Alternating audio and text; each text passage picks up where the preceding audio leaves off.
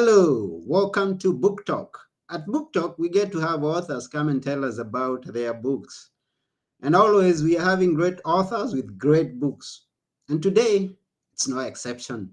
We have a great author with us who is going to dive us into the book, an interesting book known as Post Traumatic Stress Disorder. What a name! I'm eager to know what's in that book. And because we have the author with us, I'm not going to take one more minute. I'm just going to invite to the show our author, who is JD, the author. How you doing? Yeah, I'm cool. How about you? I'm pretty good. And the title of the book is called Post Traumatic Streets Disorder: A Battle with the Or did I say Streets. anything else? You said stress. Because we are used to the stress disorder. Now Yeah. It's a it's twist good that on it. you It's a twist on it's good that you correct that, and you're going to tell us the reason behind the streets disorder instead of the stress disorder. it. But Yeah. before you get to that, your name is not JD. So how does JD Well, the author tell us the reason behind that name? okay, JD. Well, JD is my nickname. I was adopted, so Ah, I was born David Earl Williams. Then my name got changed when I got adopted to Justin David Reeves. So my first name and my middle name is Justin David. So it's JD. So everybody okay, calls me JD. JD. But the book is authored by Justin Reeves. So Yes. if someone goes to search for the book, Post Traumatic Stress Disorder, that's by Justin Reeves. Now, you talk about being adopted. And before you even go to being adopted, where are you? I'm in New York City, Yeah, New Queens, New York York. City. Okay, and is Queens. that where you were born? Yes. Okay. Now tell us about being adopted. How did it come to be? Was it, I mean, were you, no, let me not go into that. Just tell us by your own words. Uh, so basically, I grew up in foster care, and I was eventually adopted. And being adopted, I guess it depends on the family you get adopted to. Some families are better than some. Some families are more caring than some. The family I got adopted to was all right. I would say it Mhm. was all right, but I still was pretty much on my own. Okay. So why being adopted? Was it, didn't you have a family, or how did it come to Um, happen? no, like I said, I grew up in foster care. I never met my mother or my father. I Mm-hmm. was born into foster care, which means that as soon as I was born, they gave me straight to the state because my mother was on drugs, and I was born with drugs in my system. So they just gave me to the state, and I just grew up going from home to home. I grew up in many different homes. Hmm. And how was the experience as you were young? I mean, as you were growing up while you were young. But as you're gonna learn in the book, the experience was very difficult. It was very challenging. I faced many things, and it caused me to become traumatized. Mm-hmm. What some of the experiences that you get to encounter as you were, I mean, that made you believe that you are not having a life that is good, that is not like any other life there. Well, I was young. I was abused. I had to face abuse. I had to face different things. I had to see different things. I grew up in the streets at times of seeing murder at a young age and a lot of different things. I had to really survive on my own. Mm. Now, post-traumatic streets disorder. Why the title? I mean, and it's good that you corrected us in the beginning and you said it's streets, not stress. Why the title? All right, the title comes from realizing that I was diagnosed with PTSD.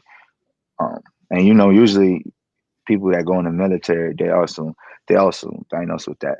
So as I was coming up and as I was thinking, was realizing that I wasn't really traumatized by the stresses of life. I was really traumatized by the streets and growing up in the streets and the things I had to endure, the things I seen, whether it be robbing or whatever I had to do, just living and surviving. And a lot of those things traumatized me in the same way as the medical term is. So just my little twist on it. Hmm. And how did you come to make the decision, or when did the idea come to you that you need to put whatever it is that you've been going through into writing? I've I've been trying to write a book since I was young. Since I was 15, I started writing when I was young, around 15 years old. Mm-hmm. So it was always something I wanted to do because I always knew my life was interesting. I always knew like I had a story to tell by the things I've been through, the things I've seen, and the journey I was on. I just didn't know how to get it out. So last year, after my brother passed and everything, um, it really like I fell into a depression. I fell into a deep depression, and it just I had to learn how to.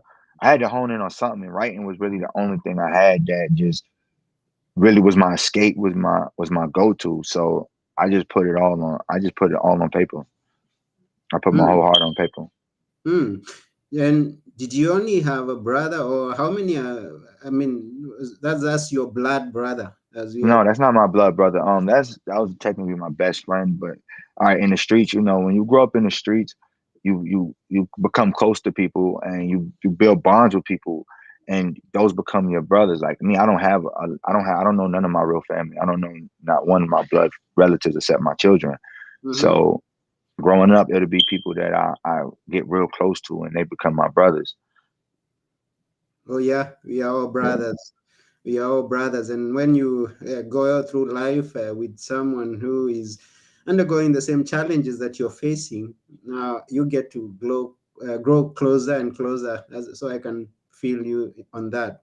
Now you put it into writing, and what was the main purpose? Now you've always wanted to write, and yeah, we kind of got that. What I was just about to ask. You put things into writing and express your feeling and bring out those things that you went through.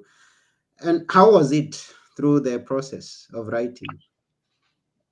The process of writing has its ups and downs. It's days where like when you tap into it and you're in the zone, you're gonna push a lot out. And there's days where it's like almost anything in life you do, right? You set an expectation for it, and sometimes you don't always get that. Sometimes you're not gonna always reach that, and it's either you can give up or you can keep going. And that's the same thing with writing. It's such a journey. It's a long journey because you got to go through several processes of editing and everything else.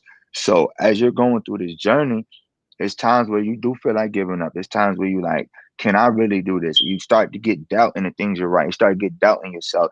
But you gotta push through all that, and you gotta keep remember the end goal and what you want to accomplish to get it done.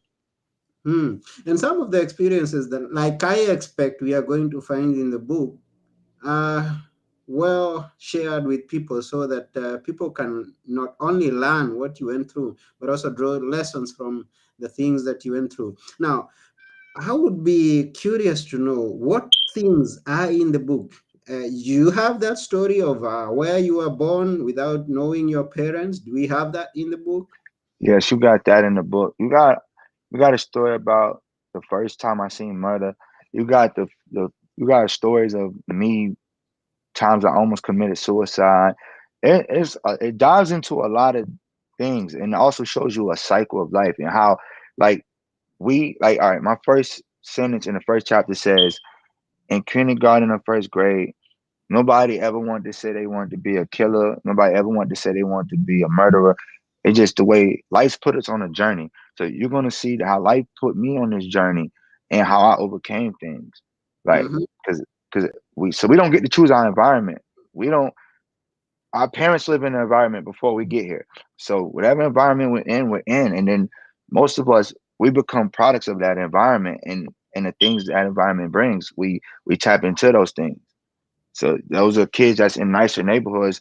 They tend to go to better schools. They tend to get better education. They tend to have more resources than the kids who grew up in poverty who don't have those things. Hmm. Oh, yeah. We never get to choose where we are born. But then someone said we can always choose where we're going to end up. And I'm glad that Exactly. I'm speaking to someone who's been through thick and thin, someone who's witnessed murder, someone who may have shot a gun at someone, I guess. I don't Yes. know. I don't know. That's And correct. That's that correct. and that's true. That's true in the book. But then Yeah. we are speaking someone who is looking forward to achieve greater things in life, and we wish that you achieve great things in life. And you also, at this point, have a family. Yes, I do got a yes. I got beautiful children that I Hmm. love dearly. Yeah, and that's good. Yeah. Now, I have been looking at some of the chapters that are in the book. And for those who are listening, we thank you for listening. Those who are watching, thank you for your time here. And we appreciate if you could ask a question or make a comment. We will be appreciative of the every feedback that you give to us. And we really thank you. Remember, if you want to see past episodes, future episodes, or get this episode, if you found us somewhere in the middle, you can always go to www.bookplacemedia.com and get that uh, episode or the episodes that are there. Now, I was saying that I was looking at some of the chapters that are in the book, and maybe you would mention to us what's in that chapter. Once I mention a chapter, and then we see what we are going to find there once we go there. We have the long lost journey, and that's just somewhere about in the beginning. The long lost journey. Which is this journey you're talking about? Uh, the long lost journey is the beginning, Uh-huh. basically. That's what started the journey. This it started the path of the wrong road of me going down. So basically, I came up with that title by saying, okay, look, because the first chapter is called the diagnosis. So basically, when you go to the doctor, they tell you what's wrong. So Mm-hmm. now I take you back a little bit further. I'm telling you, the journey I began was already long and lost. So I was doomed from the start, is what I'm basically saying. Okay. And off the sidewalk, and I'm not going to mention all the chapters, I'm just going to skip because it's for the listener who is listening or the one who is watching to go and get the book and read the whole thing. Now, I jumped a chapter there and I went to off the sidewalk. What was happening there? Okay, off the sidewalk. That title comes from basically, all right, when you off the sidewalk, that's known to be where you at. You're in the streets. So now it takes you from the cycle of what the things I've seen and things I've encountered. Now I'm into this. Now I'm actively in the streets. So this is the chapter that basically tells you the things that I was doing while me getting in the streets and me getting off the sidewalk and the things that started me in the streets. Hmm. And then we go into a chapter which I believe we have many people who could be going through some issues in life. And I guess this chapter could be important to them because each and every one of us, wherever we are, or wherever we were born, or where we may be trying to head, every point of our life we find issues and we find challenges. And then the pains we experience, uh, JD talks about normalizing the pain. Tell us what's there. What's That's it? that's one of my favorite chapters in the Oh, book. That's one of my favorite. That one and the last. I But think it's gonna be my favorite too. yeah, Yeah. normalizing the pain comes from okay. It's a process of pain, right? When we first we see pain and realize pain, it shocks us, right? When we first see something crazy in life, it shocks us. But if it keeps happening, it becomes normal to us. So I'm Mhm. basically telling you that this is what a part of my life where that I'm so used to being hurt, I'm so used to causing pain on others that it became normalized. So pain was normalized Mhm. for a lot of people, especially for people in my I come from environments I come from. Pain becomes normalized, and the things we see, the things it just becomes normal to us. To the point it's like if you can see somebody get shot and it don't even really make you cringe. It's just like, oh, it happened, So a lot of the things that's not normal to us become normal to us. Mhm. A fight breaks out, it's like, oh well, like, oh, it's not nobody I know. Oh, okay, somebody dies. You done seen death so many times. It's like it's not you become desensitized to things, and it's like Mhm. that's just what happens. It's just part of life. Mm. Or even coming to the softer things in life, to those people who may be in a place that they don't like, maybe in a job that Yeah, they don't like. exactly. Or even a bad relationship. Or even a A bad bad relation- relationship. Yeah. You normalize the bad things happen. You normalize the pain. It's That's all that's talking about. It's just basically the things you're normalizing things that's not supposed to be normalized, which is number one pain.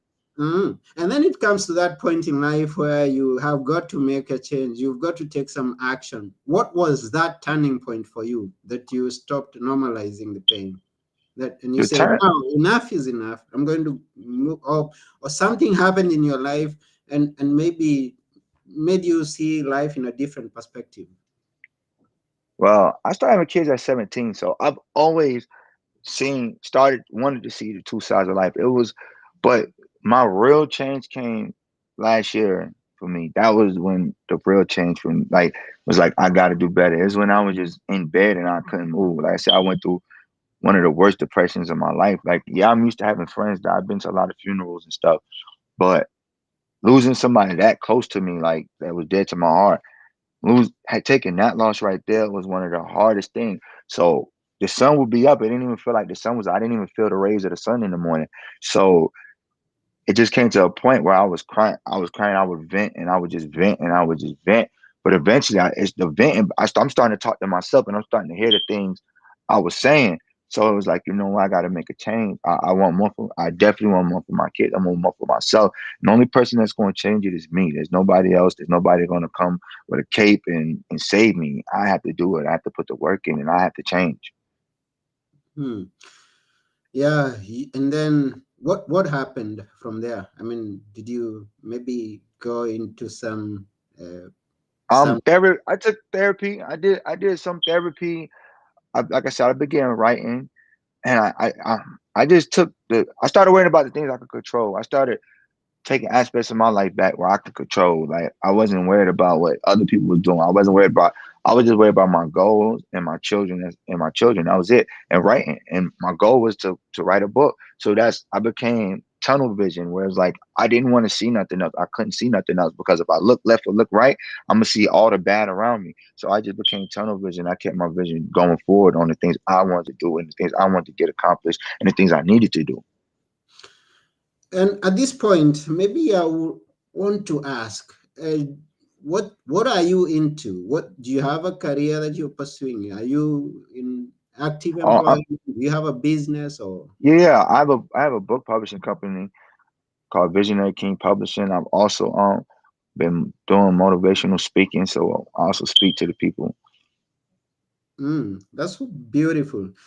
And now we uh, are in a point in the book where we have a chapter that is titled "The Post Trauma." What's that? The post trauma is basically saying, okay, you got the pre trauma, the thing that happened, then you got the post. The post trauma is basically just saying after all the trauma, this is where I'm at right now. Like, you know what I mean?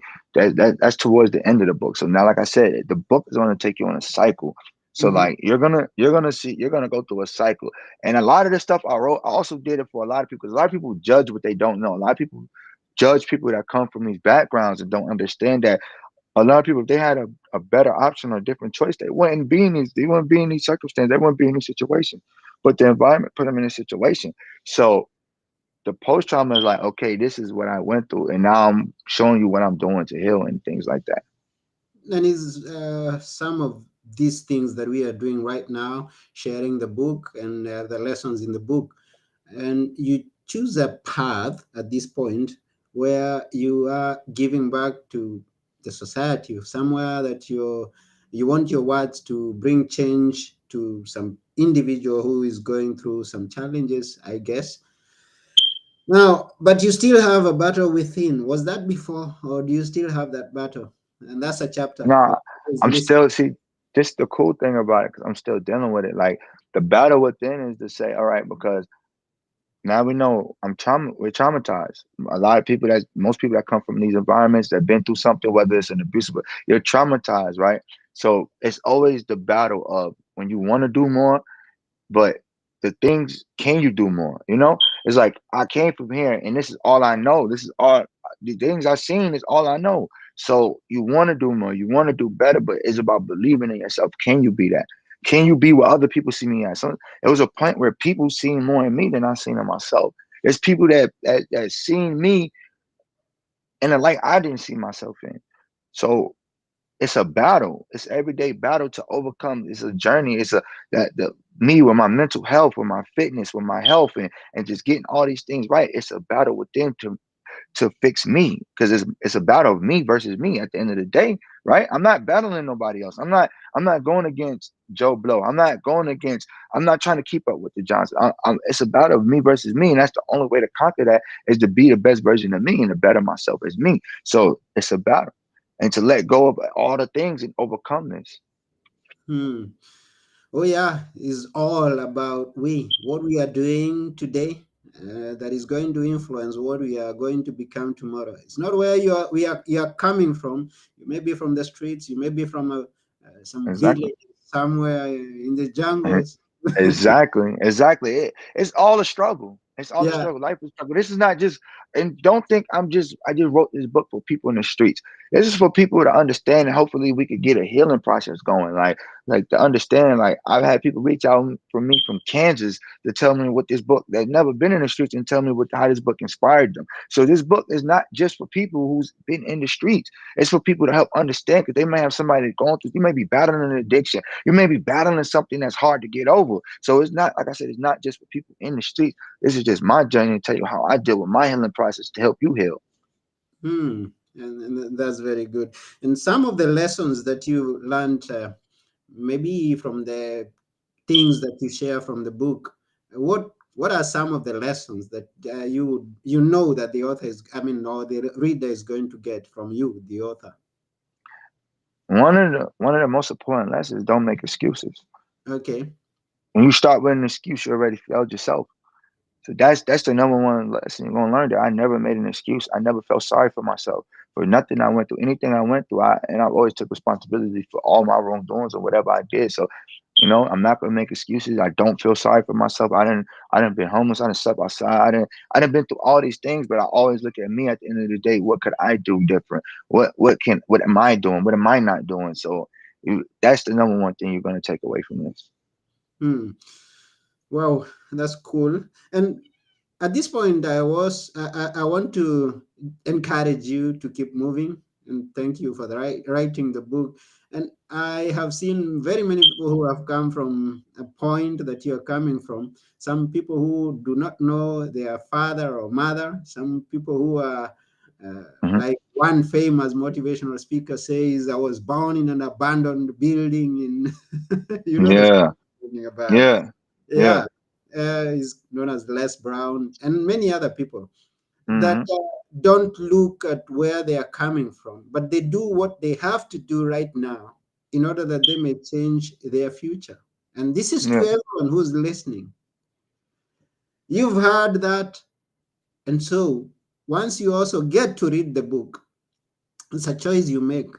You don't have to uh, use the excuses. You don't have to be nobody because that's where what all the people around you. That's what the environment wants to preach to you, that you be nobody. No, you don't have to take that. Run from JD the author and Yeah. become someone of importance. Live to be the best version of yourselves. That's what we always say. Yes. Yeah, it's been a wonderful day here with JD, the author, discussing the book Post Traumatic. Oh, sorry. I kind of, yes, that's post traumatic stress disorder. And I will say again, is streets, not stress disorder. Now, that will always remind us anytime that I come across that famous term, post traumatic stress disorder. Oh, there's a streets disorder somewhere that I must read. Yeah. It Yeah. was a good name. It was a good name. Yeah. Uh-huh. Thank you so much. Thank you so Yes. much. Um, what's in the future for you? What's in the future? Well, to release more books, to continue motivational speaking, to pour into my community, to help other people get their books out. Because I want my company. There's a lot of people with a voice that won't be heard. So my job is to find those voices and put a spotlight on them. Remind us your company. You have a website. Your company name, please. Visionary King Potion. The website is under the make. I just took it down. The website for everything was Oh, actually it was up, but it just came down. So it will be back up soon. Everything will be back up and running soon. It's having maintenance done to it. Visionary? It's getting updated. Visionary King Publishing. Visionary King Publishing. To whoever is listening, because this video or this audio may stay for days to come, go look for that website and follow up with JD, the author. As for Definitely. the book, we are going to share the link to the book because you can buy it from Amazon. And It's on. yeah, anytime that you have an opportunity, go and get the book. It's everywhere books are sold actually. Walmart.com. It's barnesandnobles.com. It's everywhere books are sold. And I have another website coming for the book. It was on jdauthor.com. Like I said, that website is getting maintenance. But there's a website coming for the book that should be launching any day now. That's going to be just for the book. So that you'll be able to order your physical copies. It'll be able you had the option to have it signed, or you could just order the copy for $15, or you get it for $20 that comes signed. Oh, that's cool. So, for those who are listening on Facebook, you can always connect with JD, the author, and get to know when you can get to sign or order the book from the website so that it comes signed by the author, JD, the author. Yeah, anything that you want to say before we are through? Yeah, I just want to say that believe in yourself, that anything is possible, that regardless of what, no matter who doubts you, no matter, as long as you believe, you can get it done. If you believe in yourself, you can get it done. If you believe in yourself, you can get it done. And it doesn't matter from where you're coming from. That's a reminder. Hmm. Another reminder, go and get the book. It's very easy to remember. Every time you see PSTD, remember Think that means post traumatic streets disorder disorder. by Justin Exactly. Reeves, otherwise known Yep. as JD, the author. Disorder. Yes, it's been a wonderful time here. And It's a question in the chat. I see a question in the chat. yeah, we can take uh, that question coming from K Lady. And K Lady is asking, do you have any merchandise? Yeah, there are shirts to go with the book. They're gonna be posted soon. There's gonna be more shirts coming. I had shirts, they sold out. So there's gonna be more shirts coming. That goes with the book. Wow, that's beautiful. And thank you, K Lady. We thank you. And every other person who may be watching and hasn't commented, I see we have some likes on Facebook and elsewhere. People are watching. Some just don't comment, but we appreciate every feedback that we get, Thank even everybody. after we through. Yeah, remember to send us your feedback. Thank you very much. And that's just about it from us today at Book Talk at Book Place. And it's been me, your Get your author, copy. your host, Anthony Morori, and the author, our guest. That's the book that is authored. Go and get it. Go And get your yeah, copy. Look, get number your one on Amazon.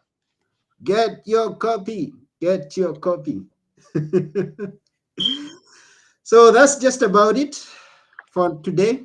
And being your host, Anthony Morore, together with JD, the author, we are saying bye for now. Peace.